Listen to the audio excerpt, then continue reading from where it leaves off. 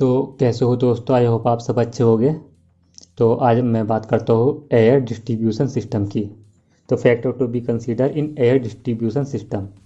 तो हमारे पास क्या होनी है, रेफरेंस ड्राइंग होनी है, orientation, heat load calculation, selection of machine, location of machine and air distribution. तब हमारा क्या आएगा, एयर डिस्ट्रीब्यूशन का पार्ट आएगा। तो जैसे कि ये पार्ट अभी मैंने नहीं कराया, selection of machine, location of machine and heat load calculation, तो ये पार्ट मैंने अभी नहीं कराया है। तो मेरे पास एक ड्राइंग आ जाएगी, जैसे ही मैं ड्राइंग आती है तो मैं आपको बताऊंगा कि इसका एक कंप्लीट डिज़ाइन एंड ड्राफ्टिंग किस तरह करना है। तो जब हम प्रोजेक्ट करेंगे एक, तो मैं उसमें आपको बताऊंगा कि एक प्रोजेक्ट किस तरह करते हैं हम, वहाँ पर उसका heat load calculation, selection of machine, location of machine, ये सारा मैं आपको डिटेल में बताऊंगा। तो मैं एक इंडस्ट्रियल प्रोजेक्ट आपको बताऊंगा कि एक इंडस्ट्रियल प्रोजेक्ट किस तरह डिज़ाइन करते हैं। फिर हम उस प्रोजेक्ट को, फिर मैं एक प्रोजेक्ट आपको असाइन करूँगा कि ये प्रोजेक्ट किस तरह करना है। बट पहले हम उस प्रोजेक्ट का, हमारे पास की ड्राइंग होगी, हम ओरिएंटेशन होगा, उसका हीट लोड कैलकुलेशन करेंगे, सिलेक्शन ऑफ मशीन करेंगे, लोकेशन ऑफ मशीन करेंगे, फिर एयर डिस्ट्रीब्यूशन करेंगे, मतलब पूरा प्रोजेक्ट कंप्लीट करेंगे। तो तब मैं आपको बताऊंगा कि ये पूरा सिलेक्शन ऑफ मशीन कैसे करते हैं, लोकेशन ऑफ मशीन कैसे करते हैं, मतलब पूरा आपको बताऊंगा पूरा प्रोजेक्ट के बारे में। तो अभी मैं आपको बता रहा हूँ एयर डिस्ट्रीब्यूशन, कि जब हमारा रेफर मतलब ड्राइंग होती है, ओरिएंटेशन, हीट लोड कैलकुलेशन हम कर लेते हैं, सिलेक्शन मशीन कर लेते हैं, लोकेशन ऑफ मशीन कर लेते हैं, उसके बाद हमारा होता है एयर डिस्ट्रीब्यूशन, कि हमें अपने रूम में एयर को किस तरह डिस्ट्रीब्यूट करना है, क्या हमारे पास क्या क्या पार्ट्स है एयर को डिस्ट्रीब्यूट करने के, जैसे कि डक्ट हुआ, एयर टर्मिनल हुआ, इनका साइज क्या होना चाहिए। तो ये सब मैं आपको आज बताता हूँ। एयर को प्रॉपर डिस्ट्रीब्यूट करने के लिए हमें एयर टर्मिनल की रिक्वायरमेंट होती है। एयर टर्मिनल हमारा डिफ्यूज़र होता है, ग्रिल होता है। तो डिफ्यूज़र यूज़ होता है हमारे रेसिडेंशियल में एंड कमर्शियल में, एंड ग्रिल हमारी यूज़ होती है कमर्शियल में और इंडस्ट्रियल एरिया में। तो अगर मैं डिफ्यूज़र की बात करूँ तो हमारा राउंड डिफ्यूज़र होता है, स्क्वायर डिफ्यूज़र होता है, जेट डिफ्यूज़र होता है। और मैं अगर स्क्वायर डिफ्यूज़र में बात करूँ तो 1 वे होता है, 2 वे होता है, 3 वे होता है एंड 4 वे होता है। एंड ग्रिल होती है हमारी, एक लीनियर होती है और एक रेक्टेंगल होती है। तो एक हमारा राउंड डिफ्यूज़र होता है, स्क्वायर डिफ्यूज़र। अगर मैं जेट डिफ्यूज़र की बात करूँ तो यह डिफ्यूज़र ऐसा होता है कि अगर हमें अपनी एयर को लॉन्ग डिस्टेंस तक लेकर जाना है तो हम वहाँ पर क्या करेंगे, जेट डिफ्यूज़र यूज़ करेंगे। तो जैसे कि round diffuser, square diffuser, jet diffuser, मैं आपको इनका फ़ोटो दिखाता हूँ। आपको स्क्रीन पर इनका फ़ोटो दिखाई दे रहा होगा कि किस टाइप के होते हैं। एंड ग्रिल का भी फ़ोटो देख सकते हो कि ग्रिल कैसे यूज़ होती है।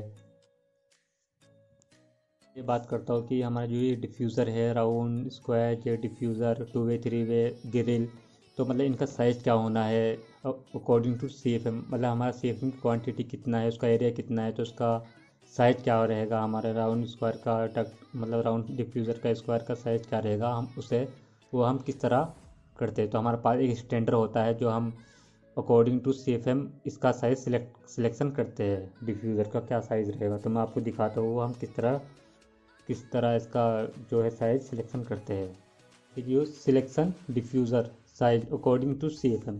तो यहाँ पर सी एफ एम है, तो मैं यहाँ पर सी एफ एम लिख देता हूँ। Selection diffuser size according to C F M, जैसे कि यहाँ पर ये सी एफ एम है, up to 150 C F M, 151, 300 C F M, 301 to 50 C F M, 501 and 700 C F M, 701, 1000 C F M, 1001, 1400 C F M. तो यहाँ पर ये स्क्वायर, ये जो 150 सी एफ एम तक 6 इंच बाई 6 इंच का हमारा साइज होना है, मतलब स्क्वायर जो होता है ना हमारा स्क्वायर डिफ्यूज़र, उसका साइज होना है। और ये जो है हमारा राउंड राउंड डिफ्यूज़र हमारा 6 इंच का होना है डायरेक्ट। तो ऐसे ही 151 टू 30, 30 टू 9 बाई 9 का साइज होना है ये। और ये राउंड डक्ट का यानी कि राउंड डिफ्यूज़र का साइज होना है। एंड 301, 500, 12 बाई 12, मतलब ये स्क्वायर डिफ्यूज़र हो गया और ये राउंड डक्ट का डिफ्यूज़र हो गया, ये साइज़ है। तो ये हमारा कितना सी एफ एम है एक डिफ्यूज़र में, उसका जो साइज़ है वो यहाँ पर इस तरह सिलेक्ट करते हैं हम। जैसे कि यहाँ पर आप देख सकते हो, ये एक स्टैंडर्ड है, इस स्टैंडर्ड को फॉलो करना होता है हमें।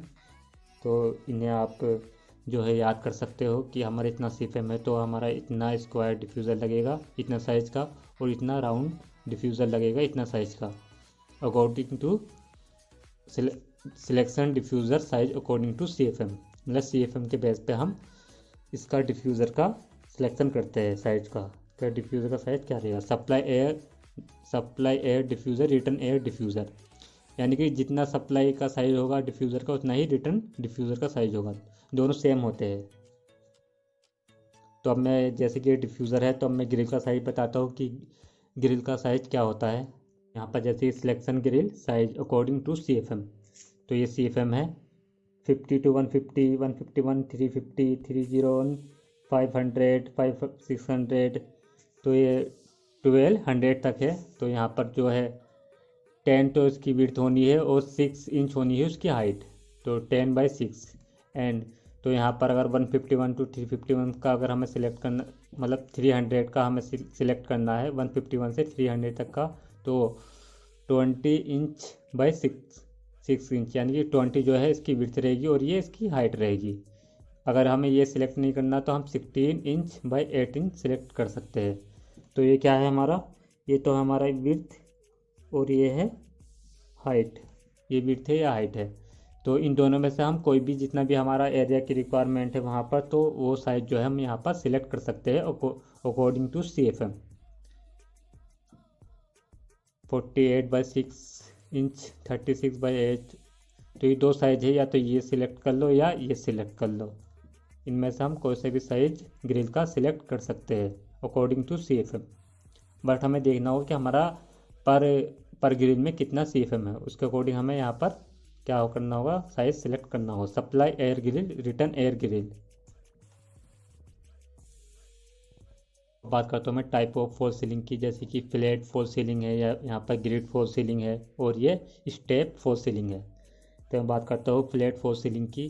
तो यहाँ पर जो है इस फ्लैट फॉल सीलिंग में क्या होता है, जैसे कि आप इसका रियल में जो है यहाँ पर एक फ़ोटो देख सकते हो कि फ्लैट फॉल सीलिंग कैसी होती है। तो इस फॉल सीलिंग में हम ग्रिल भी लगा सकते हैं, डिफ्यूज़र भी लगा सकते हैं। मतलब इस फ्लैट फॉल सीलिंग में दोनों डिफ्यूज़र भी और ग्रिल भी दोनों हम लगा सकते हैं, जो भी हमारी रिक्वायरमेंट होगी, जिसका हमें लुक अच्छा लगे वो हम लगा सकते हैं। अगर मैं बात करूँ ग्रिड फॉल सीलिंग की, तो ग्रिड फॉल सीलिंग में ओनली क्या लगता है, हमारा डिफ्यूज़र लगता है, मतलब इसमें ग्रिल नहीं लगती है। जैसे कि आप इसका फ़ोटो देख सकते हो, यहाँ पर ओनली क्या लगेगा, ओनली ग्रिड, ओनली डिफ्यूज़र ही लगेगा। और स्टेप फॉल सीलिंग में क्या होता है, स्टेप फॉल सीलिंग में ओनली ग्रिल लगती है, मतलब इसके अंदर डिफ्यूज़र नहीं लगता। जैसे कि आप इसका फ़ोटो देख सकते हो, मतलब इसमें जो है ओनली ग्रिल ही लगेगी। जब भी हम अपना डिफ्यूज़र ग्रिल इंस्टॉल करेंगे तो हमें देखना होगा कि हमारी फॉल सीलिंग किस टाइप की है, तो उसमें हमारा जो है बेस्ट डिज़ाइन कौन सा रहेगा, यानी कि वहाँ पर ग्रिल बेस्ट रहेगी या डिफ्यूज़र बेस्ट रहेगा। तो ये सब हमें देखना होता है साइड पर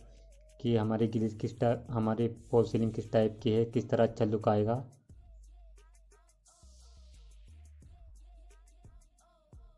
तो अब मशीन सीएफएम क्वांटिटी 2000 सीएफएम। तो जैसे कि एक मेरा हॉल है, तो जिसकी जो लंबाई है 36 फीट है एंड विड्थ है इसकी 24 फीट।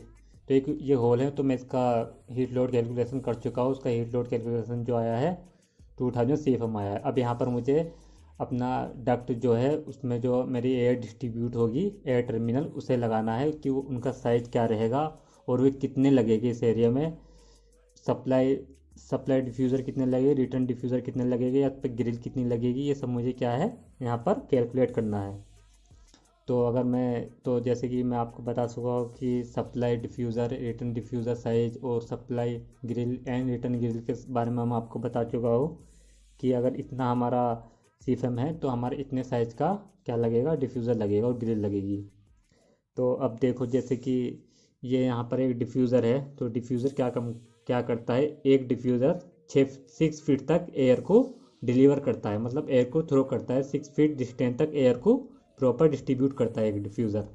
तो ये कंपनी का कैटलॉग होता है कि हमें देखना है कि कंपनी का कैटलॉग जो डिफ्यूज़र है वो एयर को कितनी डिस्टेंस तक थ्रो करता है, यानी कि एयर को कितना, वो डिफ्यूज़र कितना एरिया कवर करता है, एयर को डिलीवर करता है कितने एरिया तक। तो जैसे कि यहाँ पर ये 6 फीट करता है और दूसरा डिफ्यूज़र भी 6 फीट डिस्टेंस तक एयर को डिलीवर करता है। तो अब जैसे कि ये तो 6 फीट करता है, तो यहाँ पर जो है हमारा एक और हो सकता है जो हमारा जो है 8 फीट तक करता है। तो ये हमें कंपनी का कैटलॉग देखना होता है। जैसे कि ये 6 फीट करता है और ये 6 फीट करता है, तो टोटल कितना हो गया 12 फीट। और ये 8 फीट करता है, ये भी 8 फीट करता है, तो कितना हो गया 16 फीट। तो अब मैं मान लेता हूँ, मैंने कंसीडर किया कि मेरा जो डिफ्यूज़र है वो 6 फीट तक एयर को डिलीवर करता है। तो अब देखो यहाँ पर जो है 36 फीट इसकी जो है ये डिस्टेंस है। तो 36 डिवाइडेड बाई 12, तो ये कितना आ गया मेरा 3। एंड अब ये 24 है बाई 12, तो ये कितना हो जाएगा 2। तो क्या करना होगा मुझे 36 के तीन पार्ट करने होंगे, और इसके 12 के और 24 के मुझे टू पार्ट करने होंगे, 12 और यहाँ पर मुझे क्या करना होगा 36 जो मेरी ये लेंथ है इसके मुझे 3 पार्ट करने होंगे, और एवरी पार्ट की जो डिस्टेंस होगी वो 12 होगी, यानी कि यहाँ से तो 36/12 है, यानी कि इसके थ्री पार्ट करने होंगे, यानी कि मैं 36 के 3 पार्ट करने होंगे, और एवरी पार्ट की जो डिस्टेंस होगी वो कितनी होगी 12 होगी। यानी कि मुझे यहाँ से ये जो मेरी यहाँ से यहाँ तक है, ये जो मेरी लेंथ है, तो इसके मुझे कितना पार्ट करने होंगे 3 पार्ट, और उनका जो वो रहेगा डिस्टेंस कितनी रहेगी 12। यानी कि जैसे कि ये एक पार्ट ये हो गया, एक पार्ट ये हो गया, तो ये कितना हो गया यहाँ पर 12 ये एंड 12 ये। तो ये 30 जो है इक्वल पार्ट में हो चुका है। अब ये 24 है। अब 24 12 इंटू ये 20 आया है, तो ये 24 के मैं कितना पार्ट करूँगा 2 पार्ट करूँगा, जिनकी डिस्टेंस कितनी होगी, जैसे कि मैं यहाँ से मेज़र करूँगा तो ये 12 का ये यहाँ पर जो है एक पार्ट यहाँ पर हो जाएगा, तो 12 यहाँ पर हो जाएगा ये, एंड 12 यहाँ पर हो जाएगा, तो ये भी कितना पार्ट में हो जाएगा, ये भी 2 पार्ट में हो जाएगा। तो अब मैं इसे 3 पार्ट में इसे डिवाइडेड करता हूँ, 2 पार्ट में इसे डिवाइडेड करता हूँ। तो जैसे कि ये जो 36 की है 3 पार्ट में डिवाइडेड हो चुकी है 1 2 3, और ये 24 जो 2 पार्ट में डिवाइडेड हो चुकी है, जिसकी यहाँ से यहाँ तक जो डिस्टेंस है वो 12 फीट है, और इसकी भी क्या है 12 फीट है, और इसकी भी डिस्टेंस क्या है 12 फीट है। ये जब हम ड्राफ्टिंग करेंगे ऑटोकैड में तब मैं आपको बताऊँगा कि ये हम इक्वल डिस्टेंस किस तरह लेते हैं, किस तरह एचपीएससी ड्राफ्टिंग में मैं आपको सब बताऊँगा ये हम किस तरह करते हैं। तो बस आपको बने रहना है इस वीडियो में, और इस वीडियो को सब्सक्राइब लाइक शेयर करना है, और अपने दोस्तों में शेयर करना है जो एचपीएससी का कोर्स फ्री में करना चाहते हैं।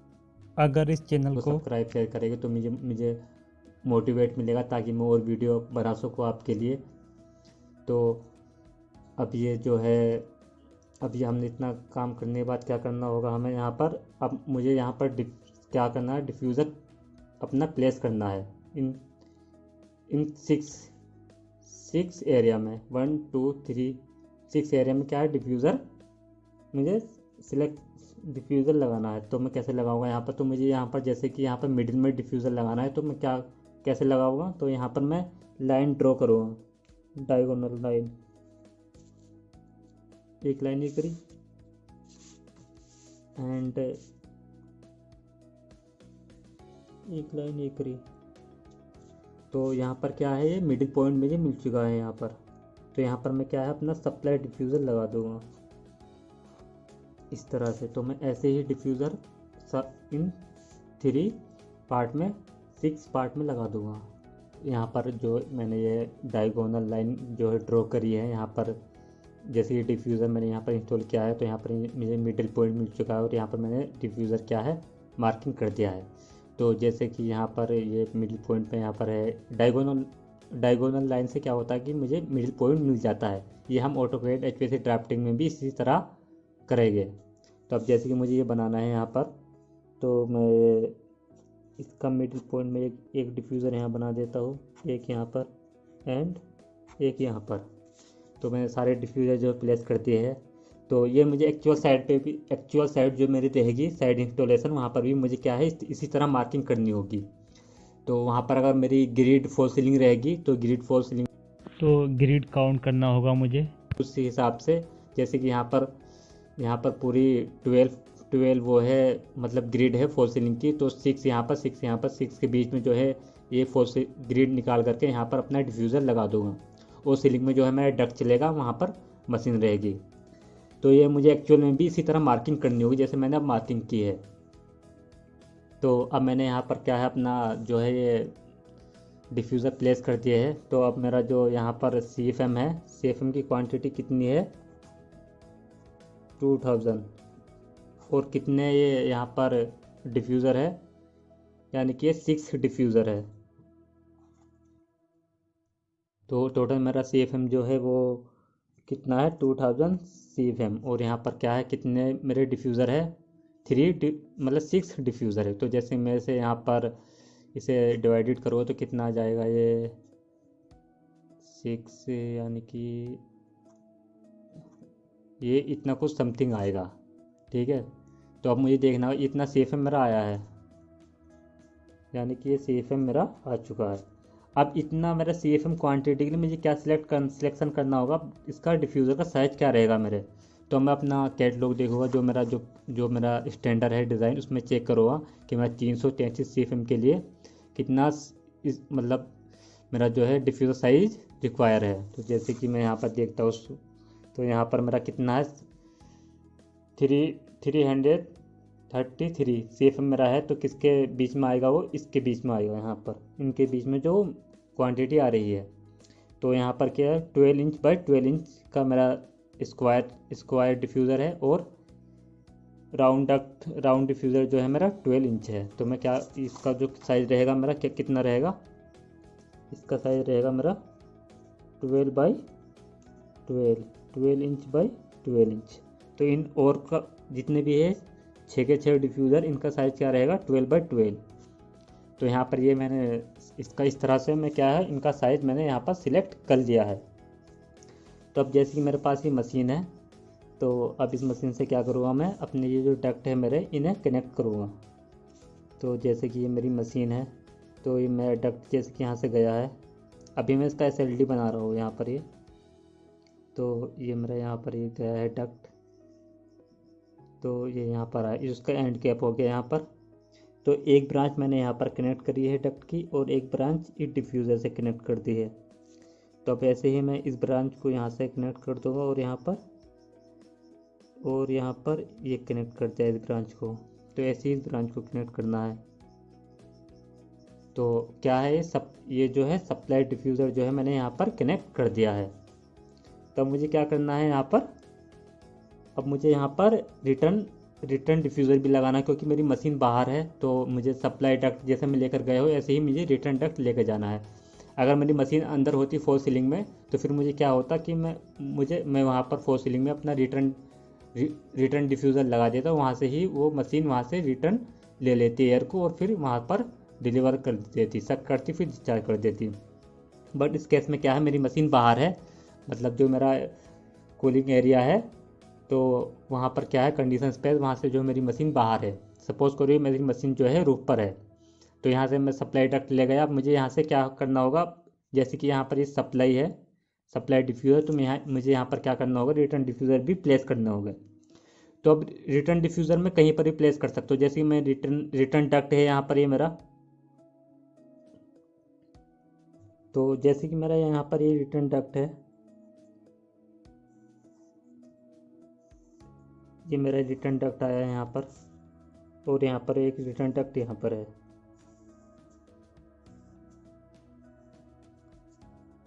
और यहाँ पर जो है मेरे मशीन से क्या है, रिटर्न डक्ट यहाँ पर आकर के कनेक्ट हो गया है। ये ऐसे इस तरह से ये कनेक्ट हो जाएगा मशीन से। तो अब यहाँ पर क्या करूँगा, मैं यहाँ पर डिफ्यूज़र प्लेस कर दूँगा रिटर्न। तो एक रिटर्न डिफ्यूज़र मैंने यहाँ प्लेस कर दिया, और एक यहाँ प्लेस कर दिया, और एक यहाँ पर प्लेस कर दिया। और मैं सप्लाई डिफ्यूज़र और रिटर्न डिफ्यूज़र के बीच जो डिस्टेंस होनी है वो कितनी होनी है, 3 फीट। ये हमें देखना है कि इसके सप्लाई के और रिटर्न डिफ्यूज़र के बीच में जो डिस्टेंस होनी है वो 3 फीट की डिस्टेंस होनी है। तो मैंने यहाँ पर कर दिया है। तो अब ऐसे ही मैं डक्ट एक यहाँ पर रिटर्न डक जो है यहाँ पर लगा दूंगा। तो इसका साइज रिटर्न डिफ्यूज़र का साइज़ क्या रहेगा मेरे, रिटर्न डिफ्यूज़र का साइज़ जो रहेगा मेरे, इसका साइज़ भी सेम रहेगा 12 इंच बाई 12। इसका साइज़ भी क्या रहेगा मेरा 12 रहेगा। तो इस तरह हम क्या करते हैं, अपनी डिफ्यूज़र प्लेस करते हैं, ग्रिल प्लेस करते हैं। तो जब मैं प्रैक्टिकली एक प्रोजेक्ट कंप्लीट करेंगे, डिज़ाइन उसकी ड्राफ्टिंग, तो उसको आपको और भी समझ में आ जाएगा कि हम इसका साइज किस तरह सिलेक्शन करते हैं, डिफ्यूज़र एयर डिस्ट्रीब्यूशन का जो पार्ट्स होते हैं इन्हें हम किस तरह प्लेस करते हैं अपनी साइट पर। तो वो सब आपको जब हम प्रैक्टिकली करेंगे सब समझ में आ जाएगा। आई होप वैसे अब भी आपको ये समझ में आ गया होगा। अगर आपका कुछ भी डाउट है तो कमेंट कर सकते हैं, तो मैं आपको वहाँ पर बता दूँगा। फिर मिलते हैं फिर ऐसे ही नेक्स्ट वीडियो में। Take care.